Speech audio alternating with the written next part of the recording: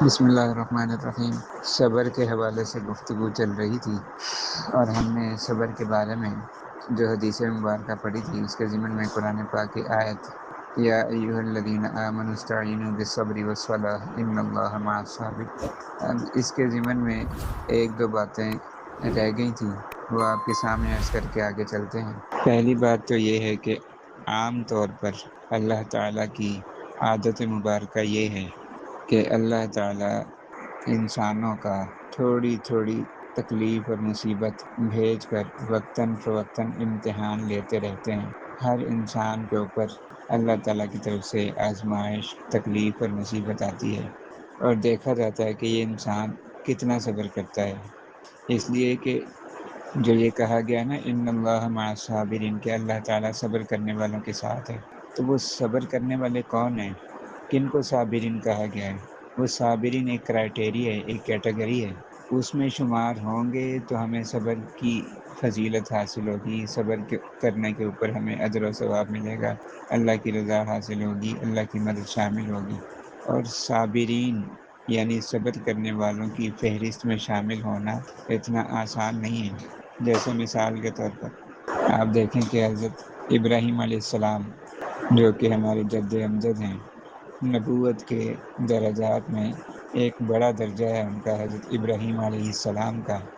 بڑے مشہور اور خاص انبیاء اکرام علیہ السلام میں ان کا شمار ہوتا ہے۔ تو حضرت ابراہیم علیہ السلام کو اللہ تعالیٰ نے کیسے کیسے آزمایا، دو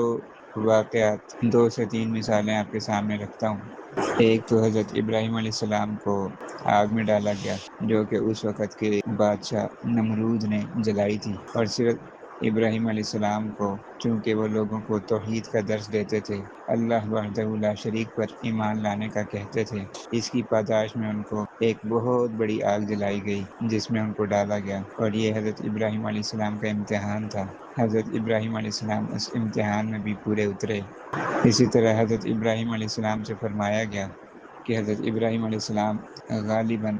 ملک شام کے اندر یا ملک مصر میں موجود تھے، اور ان سے کہا گیا کہ اپنی بی بی حضرت ہاجرہ کو اور ان کے ساتھ ایک چھوٹا بچہ جو کہ حضرت ابراہیم علیہ السلام کا بیٹا تھا، حضرت اسماعیل علیہ السلام، ان دونوں کو یعنی ان دونوں ماں بچے کو کہاں چھوڑ کے آؤ؟ مکہ چھوڑ کے آؤ۔ اور مکہ کے بارے میں قرآن پاک میں الفاظ ہیں بواد غیر ذی زرع، کہ وہ ایسی وادی تھی، ایسی جگہ تھی کہ جہاں پہ کوئی کھیتی نہیں تھی، کوئی سبزہ نہیں تھا، کوئی درخت وغیرہ نہیں تھے، وہاں پر چھوڑنے کا حکم دیا گیا۔ اور ایک ملک سے دوسرے ملک جانا، اور پھر وہاں اپنی بیوی کو اور اپنے چھوٹے بچے کو، یعنی بالکل چھوٹا بچہ، دودھ پیتا بچہ، اس کو چھوڑ کر آنے کو کہا کہ جاؤ اور ان کو چھوڑ کر واپس آ جاؤ۔ حضرت ابراہیم علیہ السلام اس امتحان میں بھی پورے اترے۔ پھر ایک اور امتحان حضرت ابراہیم علیہ السلام کا اللہ تعالیٰ نے لیا، وہ یہ کہ ایک ہی ایک بیٹا تھا، بڑھاپے میں اللہ تعالیٰ نے عطا کیا تھا، اور جب وہ تھوڑا سا بڑا ہوا، سمجھدار ہوا، اور بڑھاپے میں ایک امید اور ایک سہارا بننے لگا، تو اس وقت حکم دیا گیا کہ اب اس کو ذبح کرو۔ تو حضرت ابراہیم علیہ السلام نے اللہ تعالیٰ کے اس حکم کو بھی پورا کیا اور اس امتحان میں بھی پورا اترے۔ اپنے بیٹے کو لے کر گئے اور اپنے بیٹے کے اوپر چھری بھی چلا دی، زور لگایا، چھری چلائی، لیکن اللہ تعالیٰ کو صرف امتحان لینا مقصود تھا، قربانی مقصود نہیں تھی۔ تو اللہ تعالیٰ کے اس امتحان میں حضرت ابراہیم علیہ السلام جو ہے وہ پورے اترے اور کامیاب ہوئے، اور اللہ تعالیٰ نے جنت سے ایک مینڈا، جس کو دمبا کہتے ہیں، دمبا بھیجا، اور اس پر وہ چھری چل گئی، اور اس طرح سے یہ جو قربانی کا ایک حکم تھا اللہ تعالیٰ کی طرف سے کہ اپنے بیٹے کو میری راہ میں قربان کرو، وہ پورا ہوا۔